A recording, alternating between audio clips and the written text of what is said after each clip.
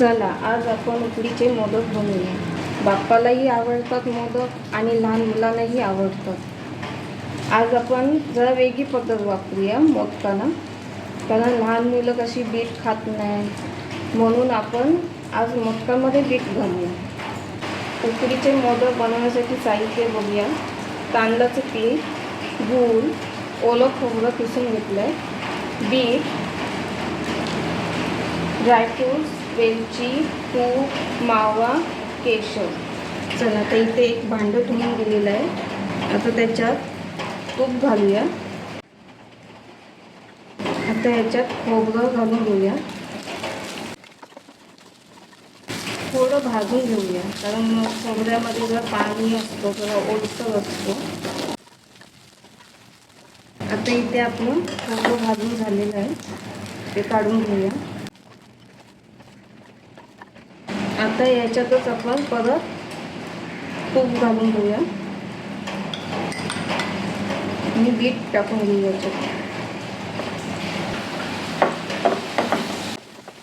आणि बीट पण पूर्ण भाजून घेऊया, बीटाचं पाणी पूर्ण आटेच करू. आता आपलं इथे बीट पूर्ण सुकलेलं आहे. आता आपण याच्यात खोबरं टाकून घेऊया. जरासं आपण भाजून घेतलेलं खोबरं ते टाकून घेऊया. त्याच्यात परत 1 चमच परत तूप टाकलंय. आता मावा टाकूया आपण.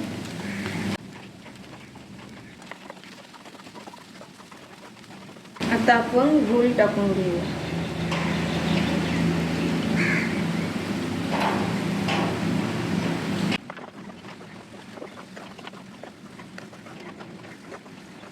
आता आपण वेलची पूड घालूया त्यात. आता आपण ड्रायफ्रूट्स घालूया. आता इथे आपली बीट खोबऱ्याची चव तयार झालेली आहे. आता गॅस बंद करूया. आता आपण एक साईडला ठेवून घेऊया. आता आपण उतरवून घेऊया मोदक बनवण्यासाठी. आता इथे 1 ग्लास पाणी घेतलेलं आहे. इथे 1 ग्लास जास्त घेतलं आहे पाणी. त्याच्यात थोडंसं मीठ चवीपुरतं आणि तूप. आता इथे उकल आलेलं आहे आपल्याला पाण्याला. आता पीठ घालून घेऊया.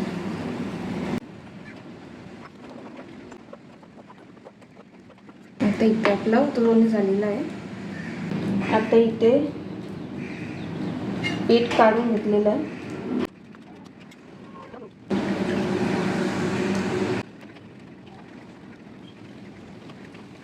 अशा प्रकारे आपलं पीठ हा म्हणून झालेलं. आता आपण मोदक करायला घेऊया. आता आपण इथे चव घेतलेली, आपण बीटाची आणि खोबऱ्याची चव बनवून ती घेतली, तूप घेतले आणि आता आपण मोदक करायला घेऊया.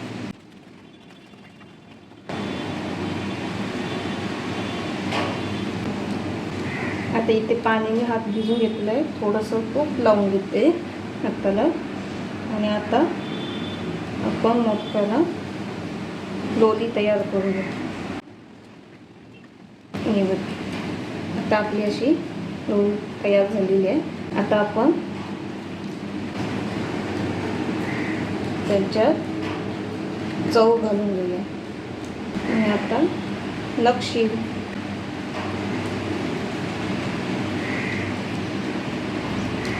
मोदकांना अशा पाकळ्या पाडून घ्यायच्या. हे बघा, अशा प्रकारे मोदक तयार झालेला आहे. आता असेच आपण सर्व मोदक करून घेऊ. ते आपले मोदक तयार झालेले आहेत. आता इथे मी पाणी ठेवलेलं आहे गरम करत. आता इथे या भांड्याला मी तेल लावून घेतलेलं आहे. तर आपण त्याच्यात मोदक ठेवूया. तर इथे पाण्याला उकल आलेलं आहे. आपण याच्यात वाफेवर ठेवून देऊया. इथे केशर लावून घेऊया. केशर लावून झालं आता आपलं. आता आपण झाकण ठेवून देऊया. 15-20 मिनटं वाफेवर शिजवून घेऊया. हे बघा, आपले मोदक तयार झालेले आहेत. थंड झाले की आपण काढून घेऊ.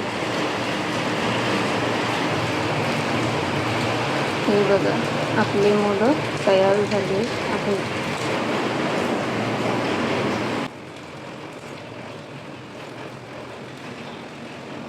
जर तुम्हाला आवडली असेल रेसिपी तर लाईक करा, शेअर करा, सबस्क्राईब करा.